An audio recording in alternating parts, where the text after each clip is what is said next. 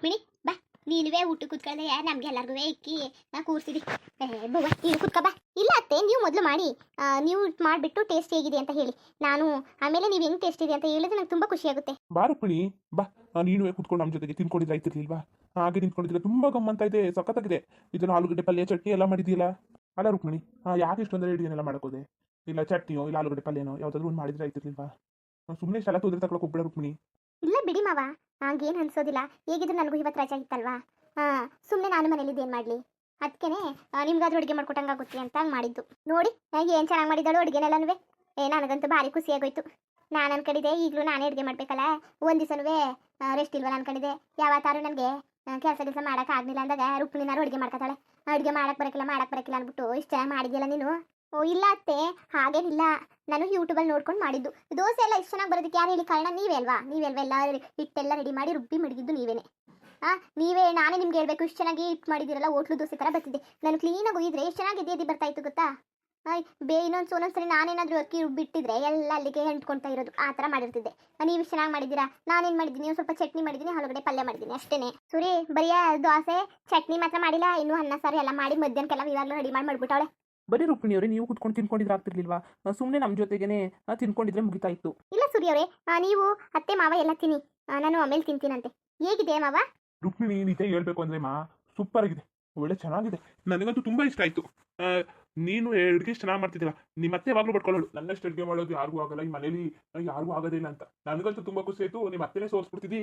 ಬಿಡಿ ಮಾವ, ಒಳ್ಳೆ ಚೆನ್ನಾಗಿ ಮಾತಾಡ್ತೀರಾ. ಏನಾದರೂ ಆಗಲಿ, ಅತ್ತೆ ಎಷ್ಟು ಚೆನ್ನಾಗಿ ಅಡುಗೆ ಮಾಡ್ತೀನಿ ನಾನು. ಏನೋ ಯೂಟ್ಯೂಬಲ್ಲಿ ಆಗೋ ಈಗ ನೋಡ್ಕೊಂಡು ಹೇಗೋ ನಮಗೆ ಅಡುಗೆ ಮಾಡಕ್ಕೆ ಬರಂಗೆ ಮಾಡಿದ್ದೀನಿ. ಒಂದು ಸ್ವಲ್ಪ ಅಡ್ಜಸ್ಟ್ ಮಾಡ್ಕೊಡಿ, ಇನ್ನೊಂದು ದಿನ ಇನ್ನೂ ತುಂಬ ಚೆನ್ನಾಗಿ ಮಾಡ್ಕೊಡ್ತೀನಿ. ಏನು ರುಕ್ಮಿಣಿ ನೀನು ಅಡ್ಜಸ್ಟ್ ಮಾಡ್ಕೊಂತ ಕೂತಿದ್ಯಲ್ಲ? ಸೂಪರ್ ಆಗದೆ, ಹೊಸಿ ಚೆನ್ನಾಗಿರ್ತದ. ನಾನು ಮಾಡ್ತೀನಿ, ಅತ್ತಿಂತೂ ಭಾರಿ ಚೆನ್ನಾಗದೆ. ಸರಿ ಅತ್ತೆ, ಹಾಗೆ ತಿಂತಾ ಇರಿ. ಹಾಲ್ಕಿರ್ ಮಾಡಿ ಇಟ್ಟಿದ್ದೀನಿ, ತಗೊಬರ್ತೀನಿ. ನೋಡ್ದ ಸೂರಿ, ನೋಡು ಎಂತ ಒಳ್ಳೆ ಹೇಳ್ತಿ. ಇಂಥ ಹೇಳ್ತಿ ಸಿಗಕ್ಕೆ ನೀನು ಪುಣ್ಯ ಮಾಡಿದೆ ಕನ್ಸೂರಿ. ಏನಾರು ಆಗಲಿ, ನಾನು ನಂದಿನೂ ಬೇರೆ ನೋಡಲಿಲ್ಲ, ರುಕ್ಮಿಣಿನೂ ಬೇರೆ ನೋಡಲಿಲ್ಲ. ಇಬ್ಬರೂ ಒಂದೇ ಥರ ನೋಡಿದೆ, ಆದರೆ ಇಬ್ಬರೂ ಬೇರೆ ಬೇರೆ ಥರ. ಗೊತ್ತಾಯ್ಕಿಲ್ವ ನನಗೆ ಯಾರು ಹೆಂಗೆ ಅಂತ? ರುಕ್ಮಿಣಿ ಇವಳು ನಂದಿನಿ ಜವಾಬ್ದಾರಿ ಇಲ್ಲ ಅವಳಿಗೆ. ನಾನು ಮನೆ ಮಠ ಗಂಡ ಅತ್ತೆ ಮಾವ ಅನ್ನೋ ಜವಾಬ್ದಾರಿ ಇಲ್ಲ. ಈ ರುಕ್ಮಿಣಿಗೆ ಹಂಗಲ್ಲ, ಭಾರಿ ಜವಾಬ್ದಾರಿ. ಮಾಡ್ಕೊಡ್ಬೇಕಲ್ಲ, ಮುಟ್ಬೇಕಲ್ಲ ಅನ್ನೋದು ಯಾವಾಗಲೂ ಕುಸಿಗಿರೋದು. ನಂದಿನಿ ಹಂಗಲ್ಲ, ಮೊಕ ಊದಿಸ್ಕೊಂಡು ಸಂಜೆ ಗಂಟ ರೂಮಲ್ಲಿಂದ ಆಚೆಗೆ ಬರ್ತಿತ್ತಿಲ್ಲ. ಅವನ್ನ ನಾಲ್ಕು ಮಾತಾಡಿದ್ರೆ ಎಷ್ಟು ಚೆನ್ನಾಗಿರ್ತಿತ್ತು. ನಮ್ಮ ಜೊತೆಗೆ ಎಲ್ಲ ಇತ್ತು, ಉಣ್ಣಕ್ಕಿತ್ತು, ತಿನ್ನಕ್ಕಿತ್ತು, ಕಾಸಿತ್ತು, ಕರಿಮಣಿ ಇತ್ತು, ಬಟ್ಟೆ ಇತ್ತು, ಬರೆ ಇತ್ತು, ಹಾಕೊಳ್ಳೋಕ್ಕೆ ಒಡವೆ ವಸ್ತು ಇದ್ದು. ಮಾತಾಡೋಕ್ಕೆ ಜನನೇ ಇಲ್ಲ ಅಂದರೆ ಭಾರಿಯ ಇದು ತಾನೇ. ನೆಮ್ಮದಿಯಾಗಿ ಕೂತ್ಕೊಂಡು ತಿನ್ನೋದು ಹೆಂಗಿರೋದು? ನೀನೊಂದು ಮೂಲೆಯಲ್ಲಿ ಕೂತ್ಕೊ ತಿನ್ನೋದು, ನಿಮ್ಮ ಅಪ್ಪ ಒಂದು ಮೂಲೆಯಲ್ಲಿ ಕೂತ್ಕೊ ತಿನ್ನೋದು, ನಾನು ಇನ್ಯಾವಾಗಲೂ ತಿನ್ನೋದು. ಅದು ಹೆಂಗಿರೋದು? ನನಗಂತ ಇವತ್ತು ಭಾರಿ ಖುಷಿ ಆಗೋಯ್ತು ಕಣ್ಣ ಸುರಿ, ಭಾರಿ ಖುಷಿ ಆಯಿತು. ಗೌರಿ, ನೀವು ಮಾತಾಡ್ತಾನೆ ಅಂತ ಬೇಜಾರು ಮಾಡ್ಕೋಬೇಡ. ಇವಾಗ ನಂದಿನಿ ಸುದ್ದಿ ಬೇಕಾ? ಹೇಳು ನೀನು. ಬೇಕಾಳು ಸುದ್ದಿ ಬೇಡ ಅಲ್ವಾ? ಸುಮ್ಮನೆ ಅವಳು ಸುದ್ದಿ ಬಿಟ್ಬಿಟ್ಟು ಏನಾದರೂ ಇದ್ರೆ ಇರು. ಆದ್ರೂ ರುಕ್ಮಿಣಿ ಒಳ್ಳೆ ಹುಡುಗಿ, ತುಂಬಾ ಒಳ್ಳೆ ಹುಡುಗಿ. ಅಲ್ಲ, ಅಂತ ಚೆನ್ನಾಗಿ ಓದಿ ದುಡ್ಡು ಕಾಸೆಲ್ಲ ಇಟ್ಕೊಂಡಿರುತ್ತೆ, ಕೆಲ್ಸಕ್ಕೆಲ್ಲ ಹೋಗುತ್ತೆ, ಕೈ ತುಂಬ ದುಡಿಯುತ್ತೆ. ಈ ಥರ ಸಿಂಪಲ್ ಆಗಿರೋ ಹುಡುಗಿ ಸಿಗಬೇಕು ಅಂದರೆ ಪುಣ್ಯ ಮಾಡಿರ್ಬೇಕು. ಸೂರಿ, ನೀನಂತೂ ಭಾರಿ ಪುಣ್ಯ ಮಾಡಿದ್ಯಾ ಬಿಡು ಸೂರಿ. ನನಗಂತೂ ತುಂಬ ಖುಷಿ ಆಯಿತು. ನಿನ್ನ ಒಬ್ಳು ಅರ್ಥ ಮಾಡ್ಕೊಳ್ಳೋ ಹುಡುಗಿ ಸಿಕ್ಕುದಲ್ಲ, ನಿಮ್ಗೆ ಅರ್ಥ ಮಾಡ್ಕೊಳ್ಳೋ ಹೆಂಡತಿ ಬಂದಲ್ಲ. ನನಗೂ ಭಾರಿ ಟೆನ್ಷನ್ ಆಗ್ಬಿಟ್ಟಿತ್ತು ಸೂರಿ. ನಿಮ್ಮಮ್ಮ ಎರಡನೇ ಮದುವೆ ಅಂದಾಗ ಏನೋ ಎತ್ತನೋ ಸೂರಿ ಹಾಲೆ ಒಂದು ಮದುವೆಗೆ ಕಷ್ಟಪಟ್ಟವನೇ ಅಂತ. ಈಗ ಏನೋ ಒಂದು ಸಮಾಧಾನ ಆಯಿತು ಸೂರಿ ನಮಗೆ. ಬಿಡಿಯಪ್ಪ, ಎಲ್ಲ ಹಣೆ ಬರ ಇದ್ದಂಗೆ ಆಗುತ್ತೆ. ಅಮ್ಮ ಅಪ್ಪ ನೀವು ಖುಷಿಯಾಗಿದ್ದೀರಾ ತಾನೆ? ರುಕ್ಮಿಣಿಯವ್ರನ್ನ ಮದುವೆ ಆಗೋದ್ರಿಂದ. ಅಲ್ಲ ಕನ್ಸೂರಿ, ಇದೇನು ಈ ಥರ ಮಾತಾಡ್ತಿದ್ದೀನಿ ನೀನು? ನಿಮ್ಮ ಅಪ್ಪನ ಖುಷಿಗಿಂತ ನನ್ನ ಖುಷಿಗಿಂತ ನೀ ಚೆನ್ನಾಗಿರೋದು ಮುಖ್ಯ ಸೂರಿ. ಏನು ನಾವು ಚೆನ್ನಾಗಿರೋಕ್ಕೆ ನಿಮಗೆ ಮದುವೆ ಮಾಡಿದ್ವಾ? ನಮಗೆ ತಂದಿ ಕೇದಿ ಹಾಕ್ಲಿ ಅಂತ ನಾವು ನಮ್ಗೆ ಅಡುಗೆ ಮಾಡ್ಕೊಡ್ಲಿ, ಇಟ್ಟು ಮಾಡ್ಕೊಳ್ಳಿ ಅಂತ ಮಾಡಿದವ. ನಮಗೆ ಮಾಡ್ಕೊಡ್ದವರು ಪರವಾಗಿಲ್ಲ ಕನ್ಸೂರಿ. ನೀನು ನೆಡ್ತಿ ಅಚ್ಚುಕಟ್ಟಾಗಿ ಚೆನ್ನಾಗಿದ್ಬಿಟ್ರೆ ನಮ್ಮ ಕಣ್ಣು ಮುಂದೆ ಓಡಾಡ್ಕೊಂಡು ನೆಗ್ನಗಾಡ್ತಾ ಇದ್ಬಿಟ್ರೆ ನಮ್ಗೆ ಅದೇ ಸಾಕು. ನಾವೇ ಎಲ್ಲ ಕೆಲಸ ಮಾಡ್ಕೊಡ್ತೀವಿ. ನಿಮ್ಮಪ್ಪ ಅತ್ತಾಗಿತ್ತ ಕೆಲ್ಸಕ್ಕೆ ಹೋಗ್ತಾರೆ, ಏನಾದ್ರು ಬಿಸ್ನೆಸ್ ಮಾಡೋಕ್ಕೆ.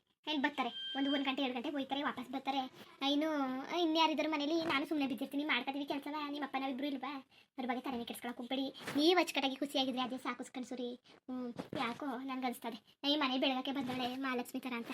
ಅಲ್ಲ ಕನ್ಸೂರಿ, ಎಲ್ಲ ಸರಿ ಆಯಿತು. ಆದ್ರೂ ರುಕ್ಮಿಣಿ ಭಾರಿ ಬೇಜಾರಾಗವಳೆ. ಅವರಪ್ಪ ಅವ್ವ ಇದು ಮಾಡಿಲ್ವಲ್ಲ, ಉಪ್ಕೊಂಡಿಲ್ವಲ್ಲ ಅಂದ್ಬಿಟ್ಟು ಹೇಳಿದೆಯಮ್ಮ ರುಕ್ಮಿಣಿ ಅವ್ರಿಗೆ. ನಿಮ್ಮ ಅಪ್ಪ ಅಮ್ಮನ್ನೆಲ್ಲ ಕನ್ವಿನ್ಸ್ ಮಾಡಿ ಅವರೆಲ್ಲ ಒಪ್ಪಿಸಿದ ಮೇಲೆ ಮದುವೆ ಆಗೋಣ ಇಬ್ರು ಅಂತ ಹೇಳಿದ್ರು. ಬೇಡ, ಮದುವೆ ಆಗ್ಬಿಡೋಣ, ಆಮೇಲೆ ಹೋಗಿ ಮಾತಾಡೋಣ ಅಂತ ಹೇಳಿದ್ರು. ಬಿಡುಸರಿ, ಆಗಿರೋದೆಲ್ಲ ಒಳ್ಳೇದಕ್ಕೆ. ರುಕ್ಮಿಣಿ ನಿನ್ನೆ ನಂಬ್ಕೊ ಬಂದವಳೆ. ನಾನು ನೋವು ಕೊಡೋಕ್ಕೆಲ್ಲ ಹೋಗ್ಬೇಡ, ಅಚ್ಚುಕಟ್ಟಾಗಿ ನೋಡ್ಕೊ. ನಂದಿನಿ ಕತೆ ಏನು ಮಾಡಿದೆ? ಡಿವೋರ್ಸು ನೋಟಿಸ್ ಹೋಗ್ತಾ ಇರುತ್ತಾ? ಸಿಗ್ನೇಚರ್ ಮಾಡಿ ಕಳಿಸಿದ್ರಲ್ಲ ಅಂತ ಇನ್ನೂ ಏನು ರಿಪ್ಲೈ ಬಂದಿಲ್ಲಪ್ಪ. ಅಲ್ಲ ಸೂರಿ, ನಾನು ಹೇಳಿಲ್ವಾ ನಿನಗೆ?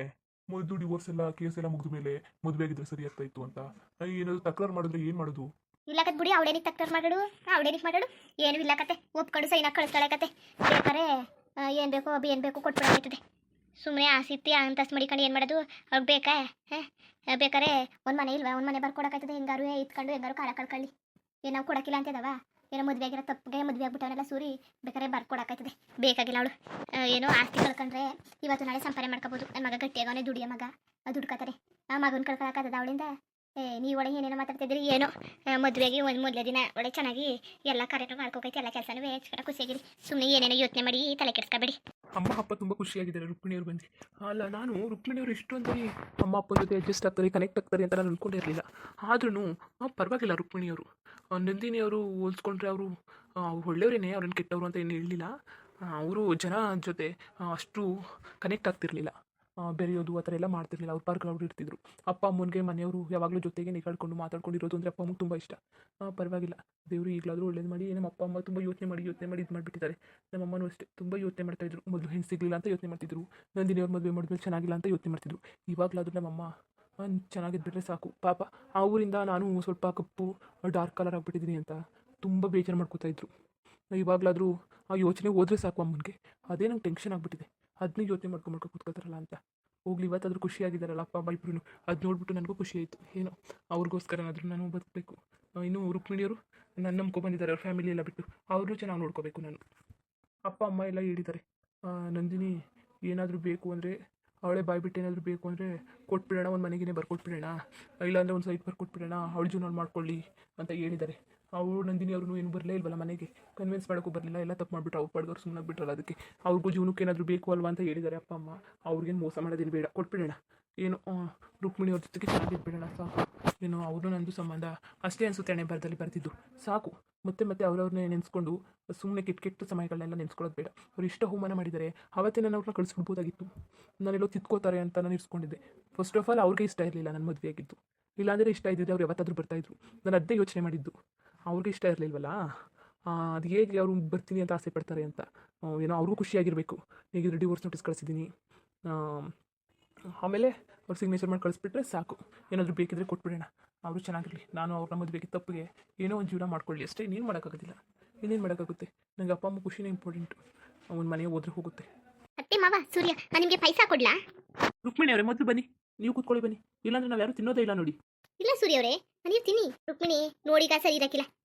ನಮಗೆಲ್ಲ ಹಾಕ್ಬಿಟ್ಟು ನೀನು ತಿಂದನೇ ಇದ್ರೆ ಚಂದ ಬಾ ಕೂತ್ಕೊಬಲಿ. ನೀರು ಕೂತ್ಕೊಬಾ, ಎಲ್ಲ ಒಟ್ಟಿಗೆ ತಿನ್ನಕಾಯ್ತದೆ. ಸರಿ ಅತ್ತೆ, ಬರ್ತೀನಿ.